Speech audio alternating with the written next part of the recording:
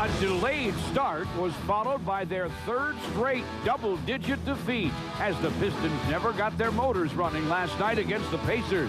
Less than 24 hours later, can the champs kick it back into gear?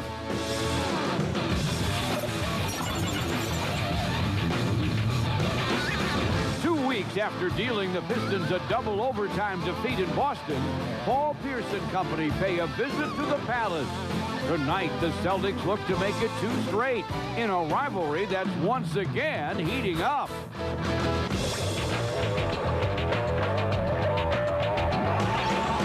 Two division leaders rev up for a showdown in Motown. It's the Pistons and Celtics next.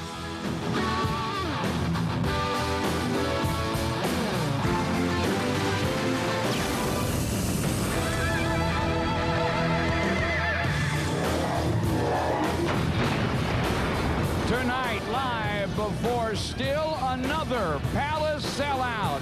It's the Pistons and the Boston Celtics. Time to start another home court winning streak. And the Pistons may have just the tonic. They get Rip Hamilton back tonight.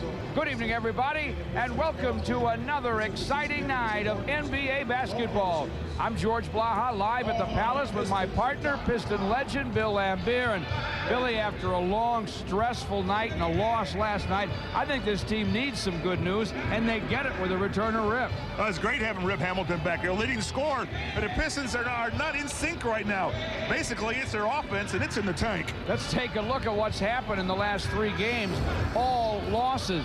They've barely been able to break the 80-point mark, and they're shooting just 38%. Well, this is the new NBA, and with all the rule changes, you got to score a minimum of 90 points, if not close to 100. And 80 points that the Pistons have scored the last 3 games, just not going to get it done on any given night. One guy who has to be happy to get Rip Hamilton back is Chauncey Billups. He's been trying to figure out where to throw the ball and how much he's supposed to do.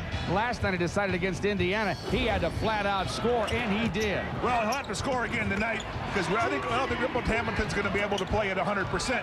But Chauncey Billups is very capable of doing that. Last night, he was the only show they had on offense, basically. But he has been Mr. Big Shot all year long. I look for him to try to drop 30 tonight because, as I said, Rip Hamilton may not be able to go very long. There are a couple of guys who can drop 30 any night wearing Celtic green, and they are, of course, Antoine Walker, back in Boston, and their perennial star, Paul Pierce. Well, Antoine Walker coming back, he just fits right in because he barely left them. You know, he's able to, the chemistry is good, and he has an all-around solid game, perimeter game, driving to the basket, and a solid rebounder. But Paul Pierce is definitely the star of the show for Boston. Last time against Detroit in Boston, he dropped 38 on him in a double overtime win. He's a handful, and the Pistons are going to have to find some way in order to contain him tonight. He gets them in foul trouble. If they can put Rip Hamilton on him and then Tayshaun Prince a little bit more, they should be able to slow him down a little bit. I'll tell you this, whoever wins this ball game is going to have to execute very, very well. We'll be back with the starting lineups and all the action in just a moment from the Palace on the World Champion Pistons Television Network.